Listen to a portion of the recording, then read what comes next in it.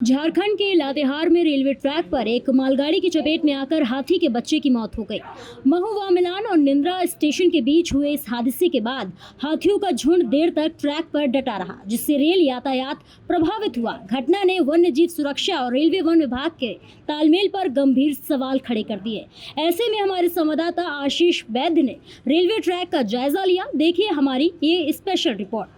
मैं महुआ मिलान और निंद्रा railway station के बीच 172 पोल खुट्टा के सामने मैं हूं और यहां पर जो है बीते रात जो है बड़ी हादसा होते होते बच गया। यहाँ पर जो है इसी जगह आप रेलवे ट्रैक के पास आप जो देख सकते हैं, रेलवे ट्रैक के पास तकरीबन यहाँ के जो ग्रामीण है ये बता रहे हैं कि 20-22 हाथियों का झुंड जो था इस रेलवे पटरी के किनारे था। और शाम को, कल देर शाम को एक हाथी का बच्चा जो है वो रेलवे ट्रैक पर खड़ा थी। इसी बीच जो है आप मालगाड़ी टोरी से बड़का काना की ओर जा रही थी। इसी बीच जो है से उसके सामने में आने से उसका हाथी का जो है सो मौत हो गई। आप जो तस्वीर के माध्यम से देख सकते हैं कि एक हाथी का बच्चा जो है वो मृत पड़ा हुआ है। और यहाँ के जो आसपास के ग्रामीण जो हैं यहाँ पे देखने आए। हम लोग सीधे बात करते हैं, यहाँ के ग्रामीण से बात करते हैं, समझने का प्रयास करते हैं कि आखिर में किस तरह से हादसा हुआ है और कितना परेशानी हुआ था जब हाथी का डेथ हुआ था। तो उसके परिवार कैसे, हाथियों का परिवार कैसे वहां छोड़ के नहीं जा रहे थे, क्या कहेंगे बताइए, कैसे हाथी हादसा हुआ? हादसा हो गया जब अगर यहाँ पर गिर गया हाथी तो छोड़ के कैसे जाएगा। उसका माँ यहाँ पर विचलित होकर रात भर यहीं रह गई और सारा हाथी लोग यहीं, बहुत हाथी तो उधर चरने चल गया लेकिन फिर आके यहीं झुंड यहीं लगाए रहा। अगर फिर कोई एक्सप्रेस अगर रहता, पैसेंजर ट्रेन अगर बेपटरी हो जाता स्पीड में, तो बहुत हादसा टल गया। मालगाड़ी था इसलिए। तो यही है कि यहाँ ऐसा नहीं कभी कोई सुरक्षा दिया जाए या कुछ, हम लोग ग्रामीण से ही मांग है।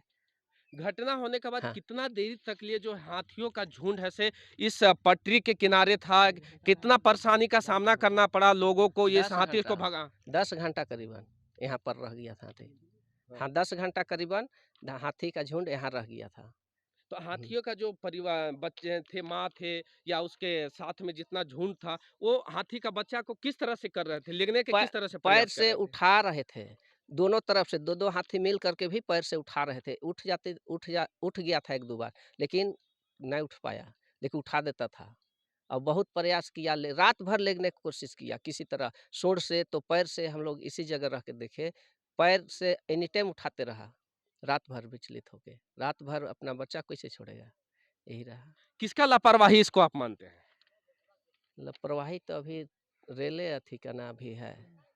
यहाँ पर ट्रेन से हुआ तो उसका खुला है तो रेले का अथी से नहीं होगा। ठीक है। और हमारे साथ में और कुछ लोग हैं, इनसे भी समझते हैं। अच्छा ये बताइए, इस आस-पास एरिया में कब से हाथियों का झुंड रहता है और वन विभाग द्वारा किस तरह से जो है सो हाथियों को भगाने का या हाथी का गाँव में नहीं आया, इस तरह से किस तरह से प्रयास किया जाता है? देखिए, वन विभाग का प्रयास अभी तक तो नाकाम रहा। और रही बात, जैसे अगर खबर भी दीजिएगा वन विभाग को कि इधर हाथी आ गया है, क्योंकि कल दिन से सुबह से हम लोग को पता चला था कि मालहन पहाड़ में हाथी है, लेकिन वन विभाग को तो ज़रूर पता चला होगा। लेकिन उसको सुरक्षित देना और नहीं करना तो उसका ड्यूटी है। वो तनख्वाह, सरकार के तनख्वाह पा रही तो उसको तो सतर्क रहना चाहिए। और अगले साल भी कटा था इसी टाइप में, और लगभग 6-7 साल से आगमन, ये हाथी का आगमन इस रूट से पूरा चल रहा है। तो वन विभाग को सोचना चाहिए कि चलिए, रेल में कट जाता है और हादसा हो जाता है तो चलिए मालगाड़ी था तो कुछ राहत हुआ। अगर इसी में एक्सप्रेस रहता या कोई कोई पैसेंजर रहता तो बहुत हादसा हो सकता था। क्योंकि अ, सीधा तो सीधा है, गोलाएँ भी है, पर रेल साइड में तार भी नहीं लगा हुआ है। और हम लोग का पुल जो है पार होने वाला वो भी छोटा है। और इन लोग पुल से पार होने जाता है पर पार नहीं हो सकता है, मतलब ठेकने टाइप लगता है, छोटा है, इसलिए सोचता है कि ऊपरे से पार हो जाते हैं।